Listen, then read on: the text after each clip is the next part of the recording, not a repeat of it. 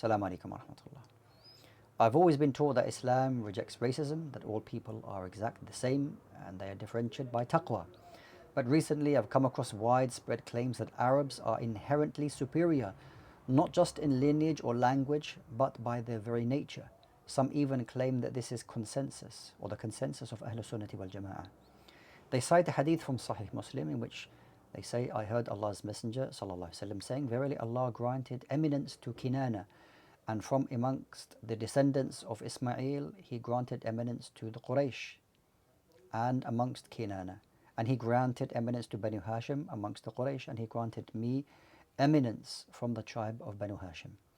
They also frequently reference Shaykh al-Islam ibn Taymiyyah rahimahullah when he said, the belief of Ahl Sunnah is that the Arab race is superior to the non-Arab races, and that the Quraysh are the best of the Arabs, and that Banu Hashim is the best of the Quraysh. Rather, they are intrinsically superior in themselves. But these views do seem to contradict the words of the Prophet ﷺ during his final sermon. I fully understand and accept that the Prophet ﷺ came to the Arabs, so their lineage has a virtue. I also accept that the Arabic as the language of the Quran is superior linguistically and religiously. But that doesn't mean that the people themselves, stripped of piety and lineage, are inherently more virtuous than others. Imagine asking a non-Arab convert to join a religion that teaches his race is inherently lesser.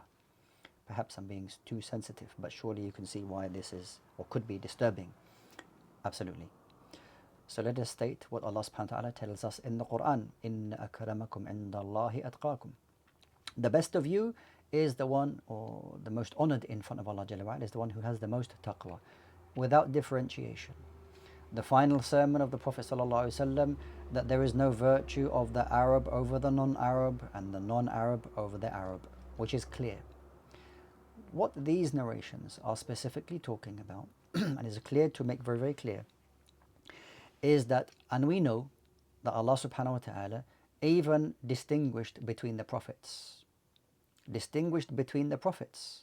So for example, the Ulul Azm min al-Rusul, those 5 best prophets and messengers who were chosen over all others, Muhammad sallallahu alaihi wasallam, Ibrahim, Musa, Isa, and Nuh alayhim salam, they have a status over other prophets and messengers.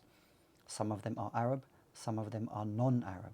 In fact, only one of them is an Arab, Muhammad alayhi salatu wa atamma taslim. The others are non-Arab. Ibrahim alayhi salam, non-Arab. Musa, Isa, and Nuh alayhim salam, they are not Arabs. So from this perspective, we know that Allah tabaraka wa ta'ala does choose some people over others. Based upon what? Based upon the level of righteousness that they have.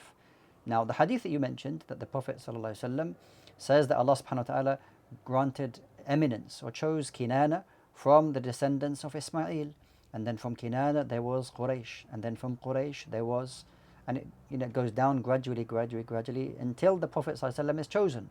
Now the Prophet ﷺ, Muhammad ﷺ, is an Arab, and Allah subhanahu wa ta'ala chose Muhammad ﷺ from amongst the Arabs to be the best man ever to live. I have no issue with that. I'm not Arab, I'm from European descent. I have absolutely no issue with that. That doesn't take away the fact that you might find a fasiq who is an Arab, a wrongdoer, a sinner. That doesn't give him any advantage at all over a non-Arab who may be fearing Allah subhanahu wa ta'ala, establishing the salah and obeying Allah Jalla wa ala. The one who is obeying Allah is far better than the one who is disobeying Allah, even if he is from the Quraysh.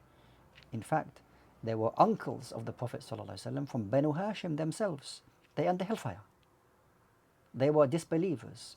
The fact that they were inherently Arab, it didn't help them at all. Okay, so we don't have this within Islam that just because you're Arab you're better. No, you will be judged ultimately by Allah subhanahu wa ta'ala on the day of judgment with the deeds that you have, not from where you came from. And the Quranic ayah that I mentioned to you in Surah Al-Hujurat, as well as what you mentioned in your question with regards to the last sermon that the Prophet ﷺ gave during the Hajj, that is the yardstick in judging between people who is best and who is better over others. The discussion can be gone into greater detail, but this in general, inshallah ta'ala, is where we'll start from, and Allah subhanahu wa ta'ala is best.